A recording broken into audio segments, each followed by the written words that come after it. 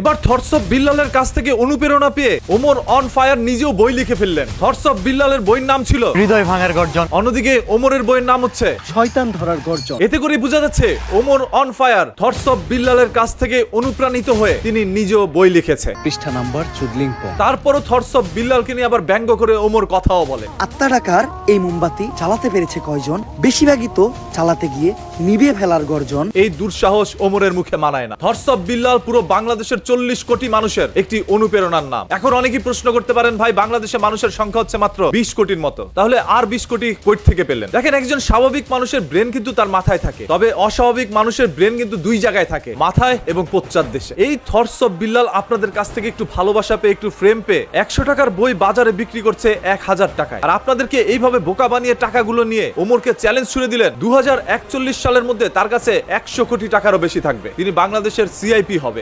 2041 সালে 100 কোটি টাকার মালিক আমি, সিআইপি হব। ওমর যে বইটি লিখেছে, যে বইটিকে কেন্দ্র করে ওমর একটি ভিডিও বানাচ্ছে, সেই ভিডিওর মধ্যে থটস অফ বিল্লালকে পচানো হচ্ছে। বিল্লাল যে মানুষের কাছ থেকে 100 টাকার বই 1000 টাকায় বিক্রি করছে, এইটাকেই তুলে ধরা হচ্ছে ওমরের সেই ভিডিওতে। এই যে এই বইটার দাম 1000 টাকা হয় কেমনে? আর এই জিনিসটি বিল্লাল একটু আন্তাজ করেই ওমরকে একদম লাইভে এসে ধুয়ে দিলেন। অনেকের বাবা আমি, থটস অফ বিল্লাল, অনেকের আব্বা কন্টেন্ট ক্রিয়েশন জগৎ। অন্যদিকে জুয়েল ভাইকে আপনারা মোটামুটি অনেকেই চেনেন, তাকেও কিন্তু তুই বলে সম্মান করেছেন আমাদের এই সম্মানিত থটস অফ বিল্লাল ভাই। আপনাকে তুই তুঙ্গার ভাষায় কথা বলছে। বিল্লাল ভাই একজন ওভাররেটেড শিক্ষিত লোক। তার শিক্ষার আলোর পরিমাণ এত মাত্রায় বেড়ে গিয়েছে যে আলো সূর্যের আলোর চাইতেও ভয়ঙ্কর। সেই আলোর তীব্র মাত্রায় জ্বলে যাচ্ছে প্রত্যেকটি মানুষের হৃদয়। ও কিন্তু ইদানিং একেবারে উতাল পাতাল, মানে পাগল টাইপের হয়ে গেছে। ওই যে কথা আছে না, অহংকার পতনের মূল। আজ থটস অফ বিল্লালের মুখে সেই অহংকারের দেখা মিলছে। অনেকের বাবা আমি, থটস অফ বিল্লাল, অনেকের আব্বা কন্টেন্ট ক্রিয়েশন জগৎ। একজন ফকিরের পকেটে হঠাৎ করে যদি লক্ষ টাকা হয়ে যায়, তাহলে সর্বপ্রথম তিনি তার আচার ব্যবহার পরিবর্তন করেন। এর পরবর্তীতে তিনি তার অতীত ভুলে যান এবং বর্তমানকে স্মরণ করে মানুষের সাথে দুর্ব্যবহার করে, মানুষকে মানুষই মনে করে না। 3 নম্বর, সে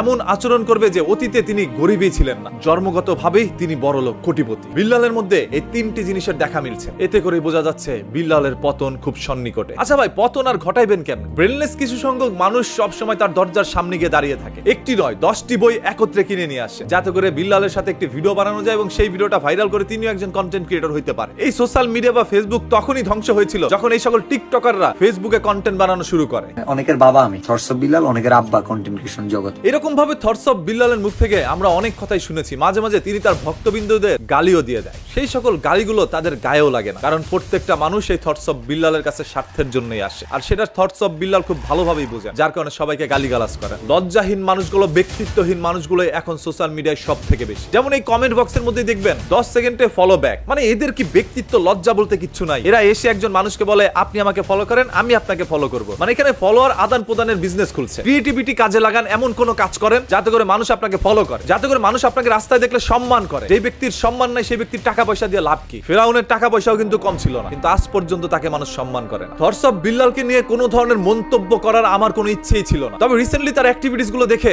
আমি কথা না বলে পারলাম না। নিশ্চয়ই তিনি 2 কলম হইলো পড়াশোনা করেছেন এবং ভালো কোনো ডিগ্রি অর্জন করেছেন। আমার কাছে মনে হয় আপনাকে যদি কেউ আঙুল দিয়ে খোঁচাইতে খোঁচাইতে সেটাকে পাবলিক টয়লেট বানাই ফেলে, তাহলে পাবলিককে একটু সহায়তা করেন সেখানে তার মল ত্যাগ করার জন্য। আবার তাকে নিয়ে ভিডিও বানাইলেই তিনি বলে সবাই তাকে দিয়ে ভিউ ব্যবসা করে। তোমার চাইতে ভিউ বাংলাদেশের অন্যান্য কন্টেন্ট ক্রিয়েটরের কম নাই। এই যে ওমর অন ফায়ার আর ওই যে অন্যদিকে ব্রেনলেস জুয়েল ভাই, এদের কিন্তু ভিউ কম না, অন্ততপক্ষে তোমার চাইতে বেশি। আমি থটস অফ বিল্লালের শত্রু না, আমি তার কাছের বন্ধুও না। এই যে একটা বইয়ে শুধু এইটুকু লেখা, আমি যে বইগুলো আমি সেল করব কিছুই তো নাই। এন্ড এখানে আরো কিছু কন্টেন্ট পাবেন এবং প্রত্যেকটা কন্টেন্ট ইংলিশ ট্রান্সলেশন আছে, গুগলে দিলে ট্রান্সলেট হয়ে যায়। ফেনীতে যখন বন্যা হয় তখন এই ওমরের সাথে আমি একত্রে 9 দিন ছিলাম। এই 9 দিনে একবারও সে আমার সাথে কখনো বেয়াদবি করে নাই। ইভেন তার সাথে ছবি তুলতে আসা ফ্যান ফলোয়ারের সাথেও তিনি ভালো ব্যবহার করেছেন। আমি যখন ঢাকার উদ্দেশ্যে ফেনী থেকে রওনা দিই, তখন ওমর বলল আমি আরো কিছুদিন ফেনীতে থাকবো। যেহেতু আমার কাছে বাইক এবং গাড়ি কোনোটাই ছিল না, তখন ওমর তার নিজের বাইকটি আমাকে দেয়। সেই বাইক চালিয়ে আমি ঢাকা আসি, তারপর আমার কাছ থেকে ঢাকা এসে ওমর সেই বাইকটি নিয়ে যায়। এখানে তার ওই রকম কোনো স্বার্থ ছিল না, সে আমাকে